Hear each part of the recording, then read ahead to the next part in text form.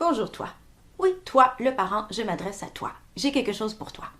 Oui, un guide. Un guide pour quoi? Un guide pour toutes les applications éducatives numériques qui existent dans le monde.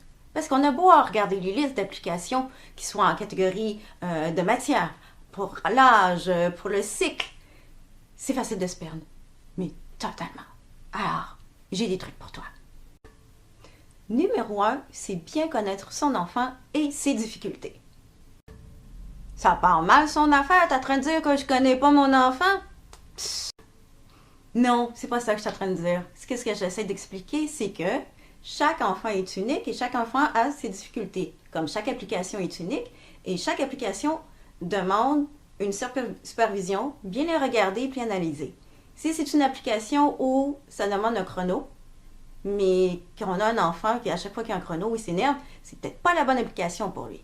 Pareil, si c'est une application où c'est un jeu de compétition et qu'il faut être plusieurs, et ça c'est quelque chose qui l'énerve au point d'être agressif, c'est encore moins une bonne idée pour lui d'avoir ce genre d'application. Parce qu'en plus, il y a des applications qui sont faites pour ceux qui sont des solitaires. Il y a des applications pour ceux qui aiment jouer en groupe. Il y en a des applications qui sont faites pour des enfants créatifs. Il y a des applications aussi qu'on les appelle des applis lecture. Pour ceux qui sont des intellectuels, qui aiment lire, qui aiment inventer leur monde imaginaire, qui, après une histoire, c'est possible de créer leur fin à eux. Ou recréer leur passage préféré. Quoi d'autre? Il y a des applications où c'est stressant, mais il y a des enfants qui aiment ça. Ah, il y a tellement de choses. Il faut que ça soit adaptable à son enfant. Puis en plus, on veut savoir c'est quoi le but de l'application ou le but de ce que toi, parent, veux que l'application fasse pour ton enfant. Est-ce que c'est une application pour s'exercer? Parce qu'il y en a. Est-ce que c'est une application pour les leçons? D'ailleurs, pour les applications de leçons, je vous conseille fortement, surtout quand on ne comprend pas certaines leçons ou comment les méthodes ont changé depuis notre enfance. En parenthèse. Donc, tout dépendant de ce qu'on veut et comment est l'enfant, on choisit l'application en fonction de cela. Numéro 2 du guide. Les applications dites light.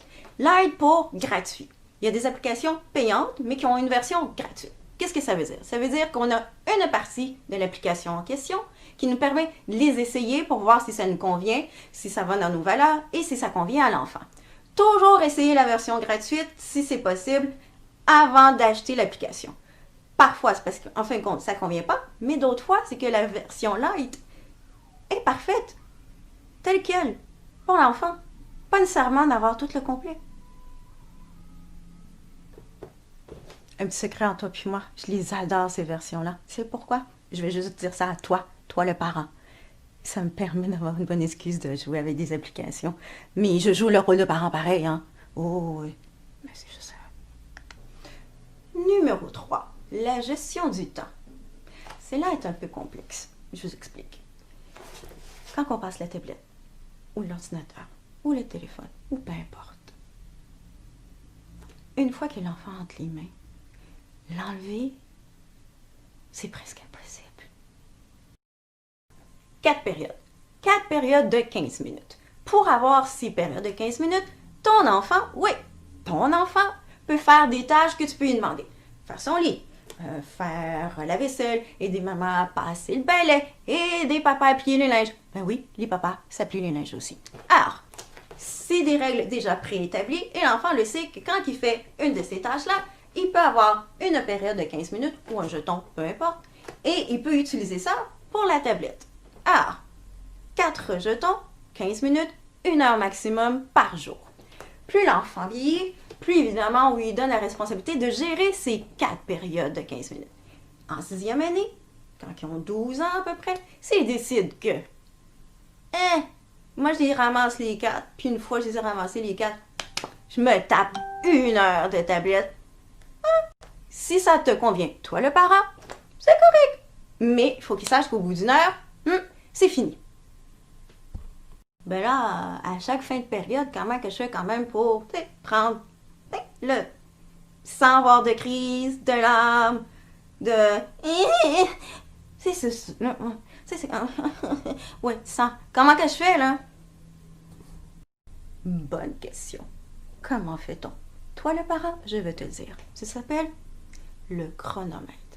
Toujours établir un chronomètre. Le montrer, lui dire combien de temps, le prévenir quand il reste à peu près 2 minutes pour pas que l'enfant soit étonné une fois que ça soit fini.